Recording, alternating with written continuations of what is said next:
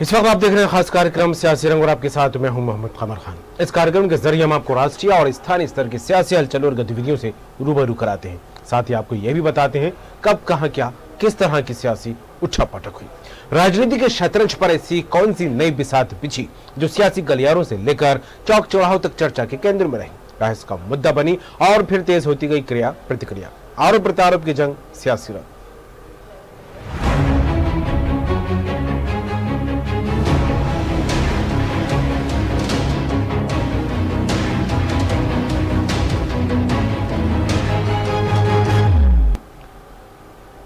केंद्र के तीनों कृषि कानूनों के खिलाफ एक बार फिर कांग्रेस सड़कों पर उतरी। पूर्व मुख्यमंत्री और पीसीसी चीफ कमलनाथ की अगुवाई में बड़ा विरोध प्रदर्शन भोपाल में किया गया।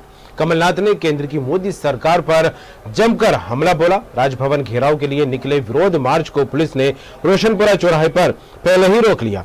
इस दौरान पुलिस और प्रदर्शनकारियों के बीच झड़प भी हुई। सुरक्षा बलों ने भीड़ को नियंत्रित करने के लिए वाटर कैनन और आंसू गैस का इस्तेमाल किया। इसके साथ ही पुलिस ने कई कांग्रेस कार्यकर्ताओं को हिरासत में भी लिया। कमलनाथ ने ट्वीट कर कहा कि किसानों के समर्थन में शांतिपूर्ण प्रदर्शन कर रहे हजारों किसान भाइयों और कांग्रेस कार्यकर्ताओं पर प्रदेश की सरकार के इशारे पर बर्बर लाठीचार्ज और आंसू गैस के साथ ही वाटर कैनन छोड़ा गया है। इसकी कमलनाथ ने निंदा की है। भोपाल डीआईजी इरशाद वली का कहना है कि कुछ लोगों ने बैरिकेड्स तोड़ने और पुलिस से झूमाझटकी की थी, जबकि उनका ज्ञापन पहले ही एसडीएम को सौंपा जा चुका था। गिरफ्तारी का आंकलन मेरे ख्याल से 3 से 4 लोगों का ही हुआ है, लेकिन इशू इसमें यह है कि हम लोगों ने एसडीएम को ले जाकर के ज्ञापन करवा दिया था। ज्ञापन हो चुका था और सब सारी कार्रवाई पूर्ण हो चुकी थी। जो गिरफ्तारियां हैं वो भी पूर्ण हो गई थी। उसके बाद कुछ लोगों ने पुलिस के साथ झूमाझटकी की, कुछ बैरिकेडिंग तोड़ने का प्रयास हुआ, जिसमें बैरिकेडिंग और टूटा, स्थिति और खराब होती, इसलिए हल्का बल प्रयोग करके उनको तितर बितर किया गया। गिरफ्तारी का आंकलन खबर में बात करेंगे। सनी मालवीय हमारे साथ जुड़ गए हैं, भोपाल संवाददाता। सनी, आज किसान को लेकर, कृषि कानूनों को लेकर जिस तरह से कांग्रेस का एक रुख देखने को मिला, एक बड़ा प्रदर्शन भोपाल में देखने को मिला है रोशनपुरा चौराहे पर, और पुलिस और कांग्रेस कार्यकर्ताओं के बीच छूमा झटकी भी हुई। लेकिन जिस तरह की तस्वीर निकलकर सामने आई कि वाटर कैनन और आंसू गैस की गोलों का इस्तेमाल भी किया गया, क्या कुछ रहा और क्या अपडेट निकलकर सामने आया इस पूरे प्रदर्शन के बाद? जी बिल्कुल, जिस प्रकार से पूरे देश में जो कृषि बिल को लेकर जो आंदोलन चल रहा है, वो दिल्ली की बात किया जाए, दिल्ली में काफी दिनों से आंदोलन चल रहा है, उसकी आग अब मध्य प्रदेश पहुंच चुकी है और इसी के को लेकर अब राजधानी भोपाल में एक बड़ा आंदोलन किया गया। इस प्रदर्शन के दौरान जमकर पुलिस और कार्यकर्ताओं के बीच झड़प देखने को मिली। पुलिस की तरफ से आंसू गैस के गोले छोड़े गए और लाठीचार्ज भी किए गए, जिसमें कई कांग्रेस कार्यकर्ता घायल हुए, मीडिया कर्मी भी इसमें घायल हुए। कांग्रेस कार्यकर्ता जवाहर मार्ग से राजभवन घेराव करने के लिए निकले थे। इसी दौरान रोशनपुरा चौराहे पर बैरिकेडिंग कर दी गई थी, लेकिन कार्यकर्ताओं को रोका गया था। पुलिस रोकने का प्रयास कर रही थी, इसी बीच में झड़प हो गई थी, लेकिन पुलिस ने नहीं सुनी। इसी को लेकर आंसू गैस के साथ कार्यकर्ताओं को तीतर बितर करने के लिए वाटर कैनन का इस्तेमाल भी किया गया। पुलिस ने कांग्रेस कार्यकर्ताओं को गिरफ्तार भी किया। इसी को लेकर दिग्विजय सिंह, जयवर्धन सिंह, कुणाल चौधरी समेत 2 दर्जन से ज्यादा कार्यकर्ताओं ने गिरफ्तारी की है। कांग्रेस राजभवन करने के घेराव में हजारों तादाद की संख्या में यहाँ आज कृषि कानून को लेकर विरोध करने पहुंची थी और बिल्कुल सत्ता परिवर्तन के बाद एक कांग्रेस का एक बड़ा आंदोलन माना जा रहा है। इसको बिल्कुल सनी, सरकार से कृषि कानून के विरोध में पुलिस ने 1000 से 15 कांग्रेस कार्यकर्ताओं पर मामला दर्ज किया है, जिसमें पूर्व सीएम दिग्विजय सिंह, जयवर्धन सिंह, कुणाल, पीसी शर्मा समेत 106 लोगों की गिरफ्तार हुई है बिना परमिशन प्रदर्शन। बिल्कुल सनी, एक उग्र आंदोलन कहा जा सकता है इसको, जिस तरह की तस्वीरें निकलकर सामने आई सनी, और जिस तरह से बात की जाए, वाकई सत्ता परिवर्तन के बाद एक बड़ा आंदोलन कांग्रेस की तरफ से देखने को मिला है कृषि कानून को लेकर, और किसानों की हिमायती और हितैषी बनने की बात यहाँ पर निकलकर सामने आई कांग्रेस की तरफ से। लेकिन इस पूरे आंदोलन को लेकर अगर बात की जाए तो सियासी नजरिए से क्या कुछ असर पड़ता दिखाई दिया है? हजारों किसान भाइयों को कांग्रेस जनों पर शिवराज सरकार के इशारे पर किए गए बार लाठीचार्ज, आंसू गैस, वाटर कैनन। चलिए सर, तमाम बात के लिए आपका शुक्रिया। कड़ी निंदा करता हूँ।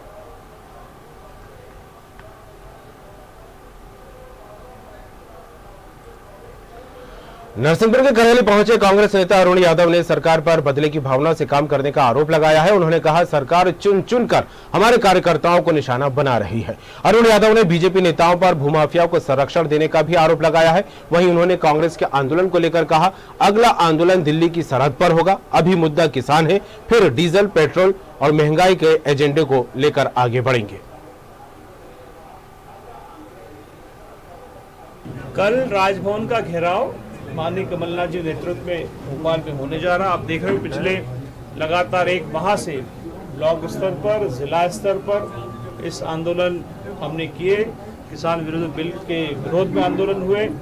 कल हम लोग मुरैना में थे 20 तारीख को, 23 तारीख को राजभवन का घेराव है, 24 तारीख को देपालपुर में है और उसके बाद अगला आंदोलन दिल्ली की सरहद पे होगा।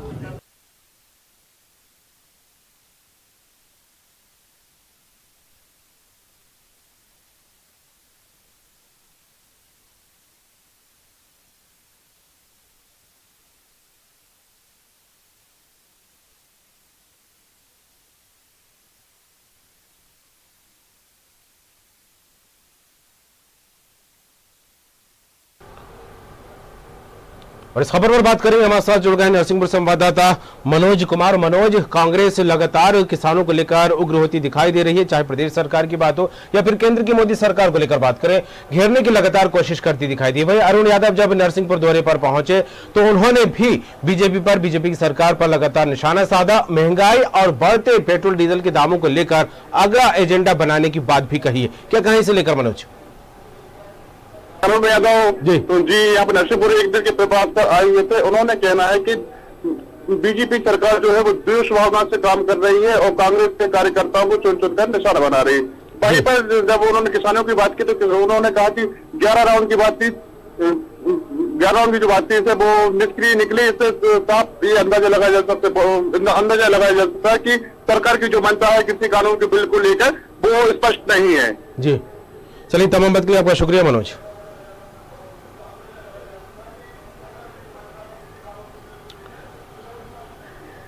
छत्तीसगढ़ के पूर्व मुख्यमंत्री डॉक्टर रमन सिंह ने ट्वीट कर मुख्यमंत्री भूपेश बघेल को बधाई भी दी और तंज भी कसा। रमन सिंह ने कहा सीएम भूपेश बघेल जी छत्तीसगढ़ को नीति आयोग की रैंकिंग में नवाचार सूचकांक में नीचे से दूसरे नंबर पर लाने के लिए आपको बधाई। साथ ही उन्होंने राज्यों की लिस्ट जारी करते हुए यह भी कहा है कि यही है छत्तीसगढ़ का नवा छत्तीसगढ़। इस पर कांग्रेस संचार विभाग के अध्यक्ष शैलेश नितिन त्रिवेदी ने पलटवार किया। उन्होंने कहा 15 साल तक डॉक्टर रमन सिंह मुख्यमंत्री रहे लेकिन अब तक नकारात्मक मानसिकता से नहीं उबर पाए हैं। आज भारतीय जनता पार्टी जो कि 15 से भी कम सीटों पर सिमट चुकी है, वही नकारात्मकता की सोच है जिस कारण जन आधार घटा है।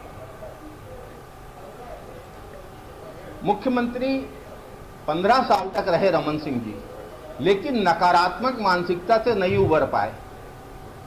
आज भारतीय जनता पार्टी जो 15 सीटों से कम सीमित हुई है, इसी नकारात्मक मानसिकता के कारण है। रमन सिंह जी छत्तीसगढ़ के मामलों में सहयोग करने के बजाय, विपक्ष की सकारात्मक भूमिका निभाने के बजाय जगह जगह छत्तीसगढ़ वासियों की उन्नति के रास्ते में रोड़े अटकाने का काम करते हैं और कहीं रोड़ा अटक जाए, कहीं कोई तकलीफ हो जाए तो रमन सिंह जी उसमें खुशी जाहिर करते हैं। रमन सिंह जी के इस ट्वीट में जो एक प्रकार की चतुराई का भाव छिपा हुआ है, उसको छत्तीसगढ़ के भोले भाले सरल लोग समझ भी रहे हैं और समय आने पर इसका बखूबी जवाब भी देते। खबर में बात करें, निधि प्रसाद हमारे साथ जुड़ गई हैं रायपुर संवाददाता। निधि, मुद्दों की कमी नहीं है, छत्तीसगढ़ की राजनीति को देखकर बात की जाए, क्योंकि जिस तरह से बाहर पर पलटवार और पक्ष और विपक्ष आमने सामने होते दिखाई देते हैं और आज जिस तरह से रैंकिंग को लेकर बात की जाए, नीति आयोग की रैंकिंग को लेकर भी पूर्व सीएम रमन सिंह ने तंज तो कसा, बधाई भी दी, लेकिन जिस तरह से बाहर पर पलटवार की राजनीति देखने को मिल रही है, क्या कहें इसे लेकर? निश्चित तौर पर मुख्यमंत्री भूपेश बघेल को लगातार ट्वीट पर ट्वीट कर पूर्व मुख्यमंत्री डॉक्टर रमन सिंह तंज कसने और आरोप प्रत्यारोप लगाने का कोई मौका नहीं छोड़ते। एक बार फिर आज डॉक्टर रमन सिंह ने एक ट्वीट किया है जिसमें उन्होंने लिखा है कि भूपेश बघेल भी छत्तीसगढ़ को नीति आयोग की रैंकिंग में नवाचार सूचकांक में नीचे से दूसरे नंबर पर लाने के लिए ढेरों बधाई, और इसी के साथ राज्यों की लिस्ट भी उन्होंने दी है जिस पर नीचे से दूसरे पायदान पर है छत्तीसगढ़। तो इसको लेकर एक तंज एक बार फिर मुख्यमंत्री भूपेश बघेल पर कसा है डॉक्टर रमन सिंह ने, और इसी के साथ इसका पलटवार जो है शैलेश नितिन त्रिवेदी जो कि संचार विभाग अध्यक्ष है उन्होंने किया है और कहा है कि नकारात्मक मानसिकता जो है लगातार डॉक्टर रमन सिंह की रही है, और यही कारण है कि 15 साल शासनकाल के बावजूद भी आज जनता ने इन्हें 15 से भी कम सीटों पर लाकर छोड़ दिया है। और साथ ही उनका कहना है कि हमेशा जब छत्तीसगढ़ की उन्नति की बात आती है, चाहे किसी भी तरह की बात आती है, तो हमेशा रोड़ा अटकाने का काम पूर्व मुख्यमंत्री डॉक्टर रमन सिंह करते हैं, और जब वो रोड़ा अटका लेते हैं या किसी भी तरह से नकारात्मकता उन्हें दिखाई देती है तो उस पर मुख्यमंत्री भूपेश बघेल को बधाई देते हैं। तो ये उनकी चतुराई है और ये उनकी नकारात्मक सोच है, और इसी वजह से आज 15 सीटों में सिमट कर रह गई है भारतीय जनता पार्टी। इन्हें अपनी सोच में परिवर्तन करना चाहिए और छत्तीसगढ़ के भले के लिए सोचना चाहिए, ना कि छत्तीसगढ़ की उन्नति को लेकर रोड़े अटकाने चाहिए। तो मुख्य तौर पर आरोप और प्रत्यारोप का जो दौर है छत्तीसगढ़ में वो लगातार जारी दिखाई दे रहा है। चलिए, तमाम बात के लिए आपका धन्यवाद निधि।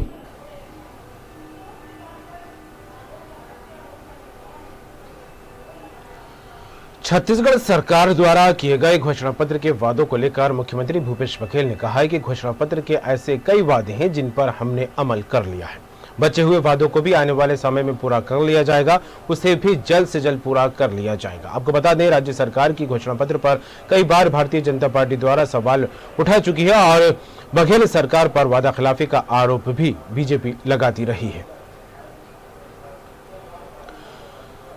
2018 में विधानसभा चुनाव को लेकर छत्तीसगढ़ में जब चुनावी घमासान मचा था, उस वक्त जब कांग्रेस ने अपना घोषणा पत्र जारी किया था, उस दौरान कई वादे किए थे और इन वादों को लेकर बीजेपी शुरू से लेकर अब तक मुकर होती दिखाई दी और भूपेश बघेल सरकार को लगातार घेरती रही है। और इन्हीं घोषणा पत्र में किए गए वादों को लेकर आज सीएम भूपेश बघेल ने कहा है कि जिस तरह से घोषणा पत्र में वादे किए गए थे उसमें से कई सारे वादे जो है पूरे कर लिए गए। जो बचे हुए वादे हैं आने वाले समय में उन्हें जल्द पूरा कर लिया जाएगा। और निधि से बात करेंगे, फिर हम असल जुड़ गए हैं रायपुर संवाददाता निधि। घोषणा पत्र को लेकर शुरू से ही जब से सत्ता पलट हुआ है तब से ही बीजेपी लगातार हमलावर होती दिखाई दी है और भूपेश बघेल सरकार पर वादा खिलाफी का लगातार आरोप लगता रहा है। और ऐसे में आज सीएम भूपेश बघेल ने कहा है कि घोषणा पत्र में जो वादे किए गए थे उनको पूरा कर लिया गया। क्या कुछ माहौल बनता दिखाई दे रहा है इस तरह की बातों को लेकर? बिल्कुल, अगर कांग्रेस सरकार की हम बात करें तो सबसे बड़ी बात यह है कि कांग्रेस सरकार ने सरकार बनने से पहले ये घोषणा पत्र जारी कर दिया था। तमाम तरह के वादे उन्होंने जनता से किए थे और निश्चित तौर पर इन वादों को लेकर, जन घोषणा पत्र को लेकर भारतीय जनता पार्टी के सवाल जो है वो कम नहीं होते, आरोप जो है वो लगने कम नहीं होते।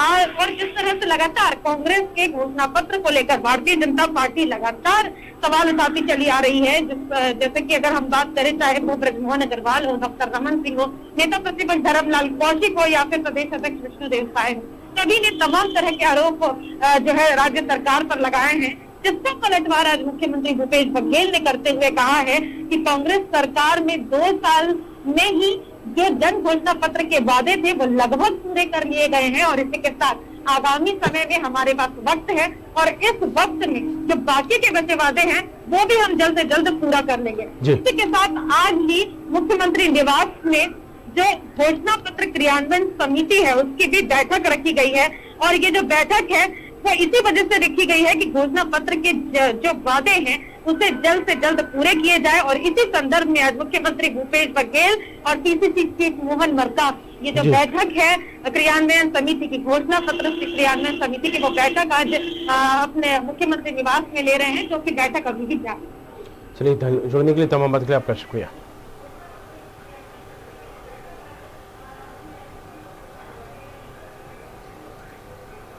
देश में लगातार बढ़ रही महंगाई और डीजल पेट्रोल के दामों में हो रही लगातार वृद्धि के खिलाफ युवक कांग्रेस सड़क पर उतर आई। युवक कांग्रेस ने जोरदार नारेबाजी करते हुए प्रधानमंत्री नरेंद्र मोदी का पुतला दहन किया। युवक कांग्रेस कार्यकर्ताओं का कहना है कि महंगाई एक समय में डायन हुआ करती थी, आज जब सत्ता में है तो साहब की सहेली बन गई है। मूल्य वृद्धि पर किसी का कोई कंट्रोल नहीं है। हर सुबह पेट्रोल और डीजल के नए दाम देखने को मिलते हैं। जो महंगाई एक समय में डायन हुआ करती थी, आज वह साहब की डार्लिंग हो बैठी है।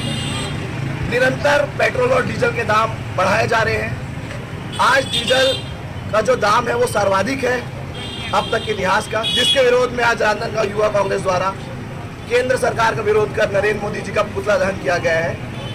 अगर पेट्रोल डीजल के दाम कम नहीं किए गए तो यह प्रदर्शन निरंतर जारी रहेगा। इस खबर पर बात करेंगे। उदय मिश्रा जुड़ गए हैं संवाददाता राजनांदगांव से। उदय, महंगाई को लेकर लगातार विपक्ष हमलावर है केंद्र की मोदी सरकार को लेकर, और आज इस तरह से युवा कांग्रेस ने बड़ा प्रदर्शन किया है महंगाई के खिलाफ, पेट्रोल डीजल के बढ़ते दामों को लेकर। क्या कुछ तस्वीरें निकलकर सामने आई? जी, मैं आपको बता दूं कमल जी की ये जो इनकी स्थिति थी, आज जो धरना प्रदर्शन इन्होंने किया है लगभग सभी मुख्य शहरों में हुआ है, राजनांदगांव जिले के और प्रदेश के भी। और ये जो वो समय जब महंगाई थोड़ी बहुत बढ़ी थी कांग्रेस के शासनकाल में, तब इन्होंने इसको डायन कहा था, और आज इसी को इनका कहना है युवा कांग्रेस वालों का कि उस समय डायन थे, आज साहब की डार्लिंग हो गई है। ये सब देखते हुए और आंदोलन को लगातार तेज करने के लिए इन लोगों ने वो तैयारी की है। जी चलिए उदय, तमाम बात के लिए जुड़ने के लिए आपका बहुत बहुत धन्यवाद।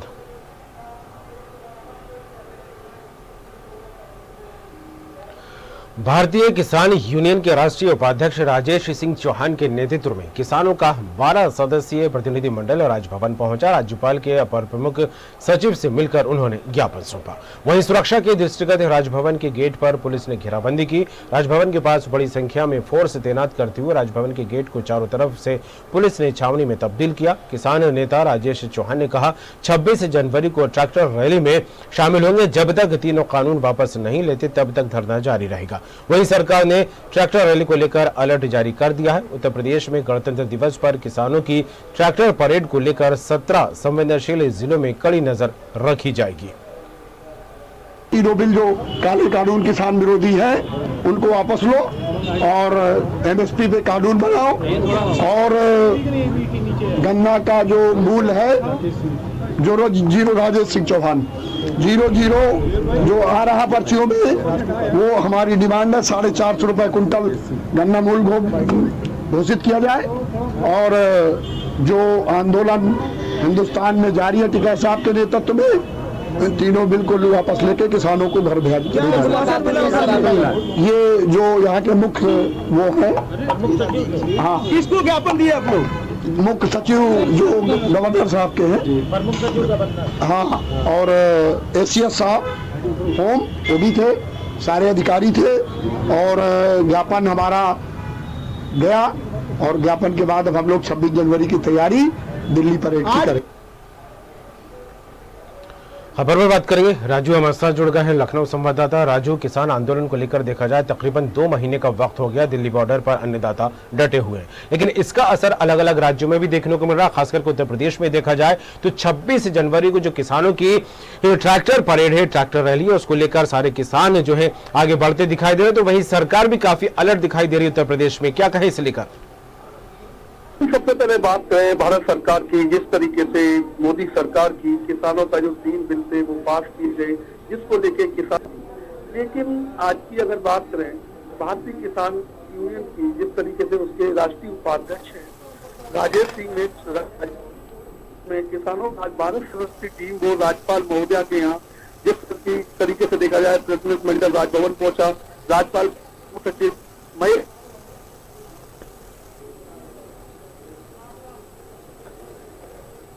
राजू, आपकी आवाज नहीं मिल रही, क्योंकि किसानों का जिस चल रहा है वो भारत के 30 स्टेट है, और 30 स्टेट। राजू, आपकी आवाज साफ नहीं मिल रही है, कट रही है आपकी आवाज। बिल्कुल कमर, देखा जाए राजभवन के पास इसलिए घेरा गया कि राजभवन को कहीं खेल न लिया जाए, जो कि योगी सरकार जानती है कि उत्तर प्रदेश के किसान किस टाइप के हैं। अन्नदाता के खिलाफ जिस तरीके की आवाज उठाई जाती है, और फिर अन्नदाताओं की अगर बात जिस तरीके से, तो अन्नदाताओं ने राजभवन में चलिए राजू, आपकी आवाज साफ नहीं मिल रही है, आपकी आवाज बार बार कट रही है। जुड़ने के लिए आपका बहुत बहुत शुक्रिया। तो किसानों को लेकर बात की जाए तो किसान ट्रैक्टर रैली की तैयारी कर चुके हैं। 26 जनवरी पर रैली निकालने की बात निकलकर सामने आ रही, तो वहीं उत्तर प्रदेश में जिस तरह से स्थिति बनती दिखाई दे रही, यहाँ पर सरकार ने अलर्ट जारी कर दिया है और सुरक्षा व्यवस्था बढ़ाने की बात कही है। राजभवन को सुरक्षा घेरे में लेने की बात कही जा रही है और जिस तरह से किसान ट्रैक्टर रैली को लेकर तैयारी करते दिखाई दे रहे हैं, उसको देखकर यही लग रहा है कि अब कुछ और अलग रंग देखने को मिल सकता है। और इसी के साथ इस खास कार्यक्रम से सियासी रंग में फिलहाल इतना ही। बाकी खबरों के लिए बने रहिए हमारे साथ।